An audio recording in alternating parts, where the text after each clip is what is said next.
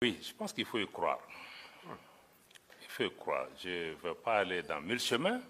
Nous-mêmes, au Mali, après le coup d'État, on a été approché par un pays dont je vais taire le nom ici, mais si on insiste, je peux le dire aussi, je n'ai pas peur, pour nous dire, écoutez, de combien de mois de transition vous avez besoin pour qu'on dise à la CEDEAO de vous foutre la paix contre une orientation qu'on nous voulait, qu'on n'a pas voulu prise, qu'on n'a pas voulu prendre. Jusqu'à présent, on est en train de payer le prix. Ça, c'est juste pour vous donner juste un élément pour réfléchir. Deux, moi, je pense que si on parle aussi d'intégration, je crois qu'Aurélien Agbenossi en a parlé tout à l'heure, nos pays ont fait près de 10 ans en train de lutter contre l'insécurité, ont tué nos gens par centaines, par milliers. On n'a pas senti la région. C'est vrai qu'il y avait les Nations Unies, mais l'Afrique a délégué. Ça, c'est notre responsabilité. Je ne blâme pas les Nations Unies qui sont venues, où il y avait beaucoup de nos frères, mais l'Afrique a délégué sa responsabilité aux Nations Unies, qui a des limites institutionnelles pour nous aider. Et on n'est pas venu. Comment vous pensez que les populations maliennes, 10 ans, ont été tuées, massacrées par dizaines, par centaines, par milliers? On ne voit personne. Et subitement, il y a un chef d'État qui est entre les mains des gens, on trouve les moyens. La vie humaine, c'est quoi? Ça aussi, on peut se poser ce type de questions, quelle que soit l'importance d'un chef d'État. Est-ce que ces populations qui ont été tuées méritaient d'être tuées ou leur vie humaine ne vaut rien? Et ça, on voit ça aujourd'hui encore. La vie humaine en Ukraine n'est pas la vie humaine au Sahel. Là encore, je vais mettre en cause nos amis de l'Union européenne, tes anciens amis, où quand on se battait, on a négocié, vous et moi, avec d'autres de vos collègues pendant des années au Sahel. Il y avait la mission européenne de formation, il y avait ECAP, il y avait des militaires européens. On dit, aidez-nous. Ils étaient en train de former nos gens, ils investissent des centaines de millions d'euros. Voilà ce que nous voulons, c'est train and équipe, former et équiper les gens. Mais les militaires maliens qui étaient engagés dans les formations européennes devaient amener leurs propres munitions. Et on nous a toujours dit que l'Union européenne ne donne pas d'armes létales. Et ce qu'on donne en Ukraine, ce n'est pas des armes létales? Est-ce que la vie d'un Ukrainien vaut mieux que la vie d'un Sahélien? 2 poids, 2 mesures. Subitement, il y a la guerre en Ukraine, subitement, les armes létales sont autorisées. Et les Sahéliens qui sont morts par milliers, qui a ça sur la conscience de ne pas avoir fait ce qui est nécessaire, et de venir aujourd'hui accuser le Mali de dire oui, mais vous travaillez avec la Russie, vous ne travaillez pas avec moi, etc. Vous me tournez le dos. Quelqu'un a posé la question, ancien partenaire, nouveau partenaire. Ça, je vais vous répondre, madame. Parce que les gens ont l'habitude d'utiliser ça, oui, pourquoi laisser un ancien maître pour un nouveau? Mais ça, je crois qu'il faut même sortir de la décolonisation mentale, parce que la Russie n'a colonisé aucun pays. Il ne faut pas comparer des choses qui ne sont pas comparables. On parle d'anciennes puissances coloniales qui ont des habitudes qui ne sont pas parties. Maintenant, nous cherchons la sécurité pour notre pays. On va là où on trouve, puisque les Européens vous dites que vous ne donnez pas d'armes létales. Le Mali, c'est qu'on a avec la Russie, ce n'est pas des prêts, ce n'est pas des dons, on achète. Ils nous vendent. On est parti avec les Européens, avec les Américains, on dit qu'on achète, ils disent qu'ils ne vendent pas. Mais vous voulez que je lutte contre Al-Qaïda, l'État islamique, avec des bâtons? Et subitement, en Ukraine, vous vous êtes rendu compte qu'il leur faut des armes pour se battre. Donc je pense que quand on fait ce genre de comparaison aussi, il faut qu'on se dise, non, nous on n'est pas dans ça. Avec chaque partenaire, on cherche ceux qui peuvent résoudre pour le moment donné. Si c'est la Russie qui peut m'aider sur le plan militaire, je ferai. Si demain, c'est les Américains qui font mon affaire sur le plan économique, je ferai.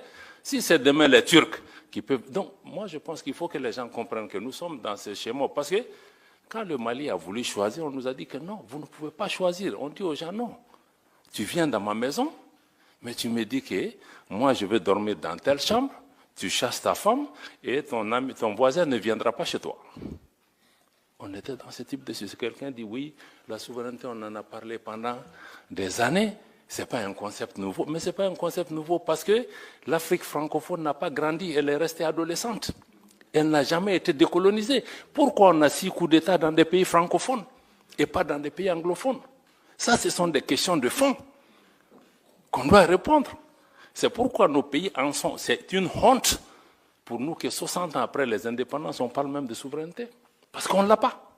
Ni monétaire, ni économique, ni politique. Donc je crois que ça, il faut vraiment intégrer ces éléments dans l'élément. Je crois que tu as parlé aussi de crédibilité, c'est ça. Quand on dit au pays démocratie, ceci, mais nous voulons tous la démocratie. Le Mali a été un modèle de démocratie avant de tomber là où nous sommes tombés. Mais il faut aussi regarder les choses dans l'ordre. Mais vous disiez, bon, les pays où il y a eu le coup d'État, on parle de qui? On parle du Niger, du Mali et du Burkina comme s'il y a eu le coup d'État que chez nous. Mais les autres là, il s'est passé quoi? Pourquoi personne ne s'interroge? Pourquoi personne n'interroge l'absence d'élection en Ukraine? Pourquoi? Grande question encore. 2 poids, 2 mesures. Donc je vais revenir un peu, tu as raison, l'industrialisation, la transformation, c'est la clé. Même nous, tout ce qu'on est en train de faire sur la sécurité, ça sera nul si on ne répond pas aux attentes de cette jeunesse, les emplois, les transformations qu'il faut. Je n'ai pas le temps de développer par rapport à ça. Aurélien l'a dit, si on veut parler encore de double standard, je l'ai dit encore au déjeuner avec les gens, j'ai dit, mais on a des organisations où, quand les chefs d'État sont assis, on ne leur dit rien. Ils font tout ce qu'ils veulent. Mais quand il y a un nouveau qui a fait un coup d'État, on s'abat sur lui avec toutes les armes. Mais ceux qui sont là souvent aussi, qui créent des conditions pour qu'il y ait même des coups d'État et des troubles chez eux. Mais il faut que les chefs d'État qui sont en face de leur père aient le courage, souvent, de leur parler. Parce qu'on ferme les yeux jusqu'à ce qu'un militaire vienne tomber dans la sauce, et puis on se réveille subitement. Donc c'est ça le problème. Donc il y a des coups d'État aussi institutionnels. Il l'a dit, il ne faut pas avoir peur du mot. Donc d'autres font avec les armes, mais d'autres sont très rodés dans d'autres types de façons de faire. Les deux conduisent souvent au même type de problème. Donc il faut qu'on ait le courage de regarder ces questions. Et je pense qu'il faut aussi écouter la jeunesse, il l'a dit. L'Afrique est en train de changer, même pour nous dirigeants, je crois que la vitesse de transformation de notre jeunesse, nous n'en mesurons pas les conséquences. Et la jeunesse, certains disent que c'est une bombe à retardement. Non, non, non, la bombe est déjà partie il y a longtemps. La preuve, si vous voyez si on ne s'occupe pas de notre jeunesse, elle va s'occuper de nous. Elle est en train de le faire. Dans les groupes terroristes, c'est qui? Ce sont les jeunes. Les présidents qui sont renversés, qui sont devant, ce sont les jeunes. Les routes de la migration, ce sont les jeunes. Donc ne considérons pas que les jeunes, c'est un problème de demain. Il est déjà enclenché et on va en subir les conséquences un peu partout. Et aussi, l'opposition CEDEAO-AES. Je pense que c'est une création. Moi, je trouve même que c'est une création de certains responsables de la CEDEAO. Parce que quand nous, on a créé l'Alliance des États du Sahel, la charte du Liptako-Gourma le 16 septembre 2023, vous allez lire le préambule, il réitère l'attachement des 3 pays à la charte des Nations Unies, à l'acte constitutif de l'Union africaine et au traité de la CEDEAO. Pourtant, les 2 sommets de la CEDEAO qui ont suivi, ils ont dit non, non, non, ces gens, ils veulent casser l'intégration, ils ne veulent pas de ceci, ils ne veulent pas de cela, c'est une organisation fantôme. Donc, on a créé un antagonisme qui n'avait pas lieu d'être. Parce que pour des pays qui veulent casser l'intégration, on n'avait pas besoin de citer la CEDEAO, on allait juste prendre notre chemin. Donc, moi, je pense que c'est quelque chose qui a été fait et qui nous a amené un peu dans des erreurs jusque là où nous en sommes aujourd'hui. Les sanctions aussi, il faut revenir à ça. Je crois que quelqu'un en a parlé ici. Pourquoi les sanctions n'ont pas marché? Ça n'a pas marché parce que l'objectif des sanctions dures qu'on a vues, fermeture des frontières, des banques, etc., et privation des denrées de première, l'objectif c'était de faire tomber les nouveaux régimes en faisant de la population des boucliers humains, que la population va descendre dans les rues. Je connais des chefs d'État qui ont dit dans les sommets que vous mettez une sanction comme on a fait au Niger, je vous donne ces 2 semaines maximum, ça va s'écrouler. Ça ne s'est pas produit. Donc moi je pense qu'il faut, quelqu'un l'a dit, sanction aussi ne veut pas dire ostracisme. Quand on sanctionne, il faut un engagement. On peut être exclu d'une organisation, mais ça ne veut pas dire qu'on ne doit pas parler à ceci. Notamment les secrétariats de nos organisations, le secrétariat de la Commission de l'Union africaine, le secrétariat de la Commission de la CEDEAO, même l'UEMOA. L'UEMOA, ce n'est pas un secret, moi j'ai vu, le président de la Commission de l'UEMOA n'a jamais voulu rendre visite au Mali en disant que nous, il n'a pas reçu d'autorisation pour le faire. Mais quand on est même suspendu, toi tu es secrétaire, parce que quand on est suspendu, je vous dis, on est obligé de payer nos cotisations. Donc ça veut dire que le président de la commission, je le paye. Il est obligé de venir au Mali, de regarder c'est quoi la situation. Donc je pense que toutes ces séries d'erreurs doivent pouvoir être évitées de mon point de vue. notre sœur journaliste de Africa, il a dit l'accès à la mer. Vous savez, l'accès à la mer n'est pas une condamnation à mort. L'enclavement. La Suisse est un pays enclavé. Deuxièmement, nos pays ont vécu des années après les indépendances, avant la création de ces organisations. Nous avons des modalités. Nous avons même des modalités bien avant ça. Donc, quels que soient les cas de figure, je crois que ce soit sur le plan bilatéral, que ce soit entre l'AES et la CEDEAO, on va devoir trouver des modalités, c'est ce que j'appelle des modalités de vivre en commun. Comment les gens vont aller et venir, comment on va sécuriser, comment on va se marier, comment on va faire ceci, ça. Donc je pense que ça, on ne peut pas nous faire peur avec ça. Deuxième élément, si un pays côtier peut te taper la poitrine, c'est parce que tu as des pays enclavés en face, qui sont tes clients. Parce qu'autrefois, nous, on pensait que c'est le Mali qui dépendait des pays côtiers, mais aujourd'hui, tous les pays où il y a des ports, ils sont tous à Bamako représentés en compétition. Parce que je peux décider d'utiliser Cotonou. Si Cotonou me fatigue, je vais aller à Dakar. Et il me faut. Donc, moi, je pense qu'être enclavé aussi, bon, c'est une contrainte physique, mais ce n'est pas une condamnation à mort. Les pays qui ont investi des milliards de dollars, qui se sont endettés pour renforcer les capacités de leurs ports, mais si nous, on n'utilise pas leurs ports, ils vont aller où? Donc, quelque part, on va devoir s'asseoir avec lucidité, pragmatisme et trouver des solutions. Alors moi, je crois que ceux qui disent aussi qu'on va venir, nous, je pense que notre président était très clair l'autre jour, il a dit que nous, on a pris un chemin de non-retour, il faut que les gens intègrent, mais je crois que les gens ne prennent pas encore au sérieux, il faut qu'ils le fassent. Mais posez-vous la question, et s'ils ne reviennent pas? Quelle est la réponse? Donc je crois que prenons les deux options et disons-nous, on est tous des hommes politiques, je crois que toutes les options peuvent être possibles, mais posons-nous aussi l'autre. D'ailleurs, je pense que notre frère du Maroc l'a indiqué, que bon, il y a d'autres initiatives qui viennent. Le Maroc a mis en place cette initiative royale. Ça veut dire qu'on a la CEDEAO, on a d'autres mécanismes, on a d'autres offres. Comme pour les partenariats, là, je crois qu'il y a plusieurs offres, hein, que personne n'ait l'arrogance de penser que je suis la seule voie. Et après tout, nous sommes des pays qui ont existé avant ces organisations. Et donc, je pense qu'il faut que nous intégrions vraiment ces éléments.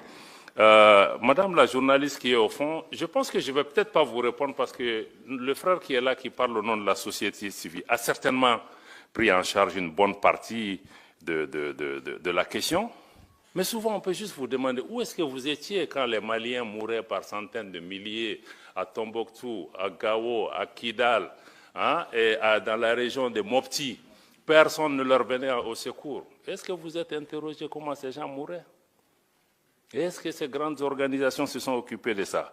Donc je pense que nous considérons que nous passons des difficultés. Personne n'a dit qu'on veut installer des dictatures militaires, etc.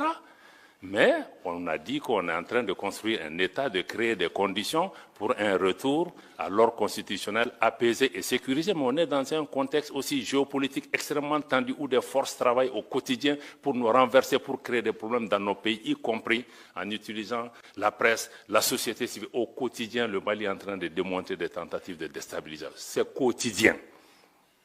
Et je n'invente pas la chose par rapport à ça. Donc, en résumé, vraiment, c'est dire que nous, l'initiative de l'AES, c'est que vraiment nous voulons compter sur nous-mêmes pour nous en sortir.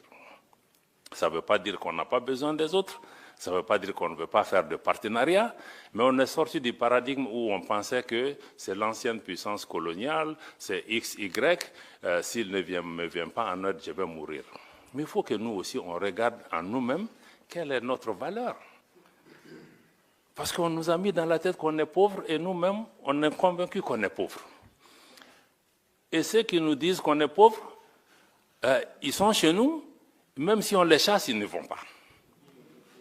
Donc, quelque part, il faut que nous-mêmes, on change notre regard sur nous-mêmes. Peut-être qu'on n'a pas tout, mais si on changeait la façon de faire, les règles du jeu, si on arrivait ne serait-ce qu'à transformer certaines choses, mais on peut créer des valeurs, ces valeurs peuvent profiter aussi à d'autres. Donc l'AES, nous voulons pouvoir regarder un peu chez nous. On sait que ça sera dur, très dur.